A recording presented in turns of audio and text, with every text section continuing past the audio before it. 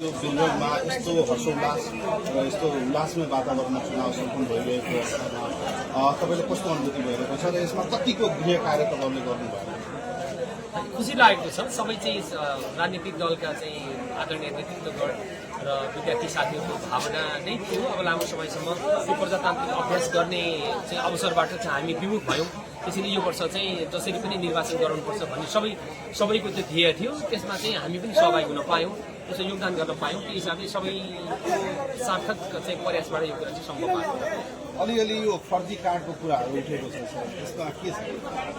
एक दुईवटा विवादहरू उठेका थिए। हामीले त्यसलाई चाहिँ के अरे सुरक्षाकै रोभरमा सबै चाहिँ भेरिफाई गरेर हामी चाहिँ त्यसलाई चाहिँ इस्युलाई समाधान गरेका छौँ। मलाई लाग्दैन त्यो तहको चाहिँ सामान्य असन्तुष्टिहरू त होलान्, तर चाहिँ समग्रमा तमा निर्वाचनको चाहिँ निष्पक्षता र निर्वाचनको जुन आधारभूत मर्म हो त्यो मर्म विपरीत हुने गरी कुनै पनि काम भएको छैन, त्यसमा हामी विश्वास छौँ।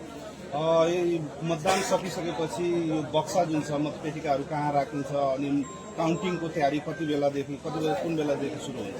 यसो छ, अब सबभन्दा पहिला त अब हामी केही समयमा चाहिँ मतदानको प्रक्रिया चाहिँ सम्पन्न गर्छौँ।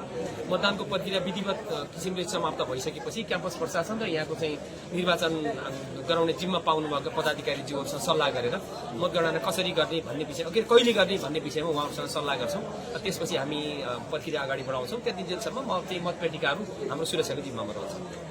तपाईँले यो सबै निर्वाचनलाई लिएर लगभग 2 हप्ता अगाडिदेखि नै विभिन्न बैठक विभिन्न छलफल मार्फत नै तयारी अगाडि बढाउनु भएको थियो। अन्त्यमा शान्तिपूर्वक चुनाव सम्पन्न गराउन सहयोग गर्नुहुने हातहरूलाई के भन्नु? मैले अघि पनि भने यसको लागि चाहिँ हामी त सामान्य हिसाबले एउटा टुल्सको रूपमा मात्रै रह्यौँ सुरक्षाका चाहिँ पदाधिकारी। हामी यसमा राजनीतिक दलका चाहिँ नेतृत्वगण र विद्यार्थी सङ्गठनका सबै साथीहरूको चाहिँ सुझबुझपूर्ण नेतृत्व र उहाँहरूको चाहिँ समन्वयात्मक भूमिकाका कारणले गर्दा यो सम्पन्न हुन सकेको। त्यसका लागि हामी उहाँप्रति कृतज्ञ छौँ, उहाँहरूलाई धेरै धेरै धन्यवाद दिन्छौँ।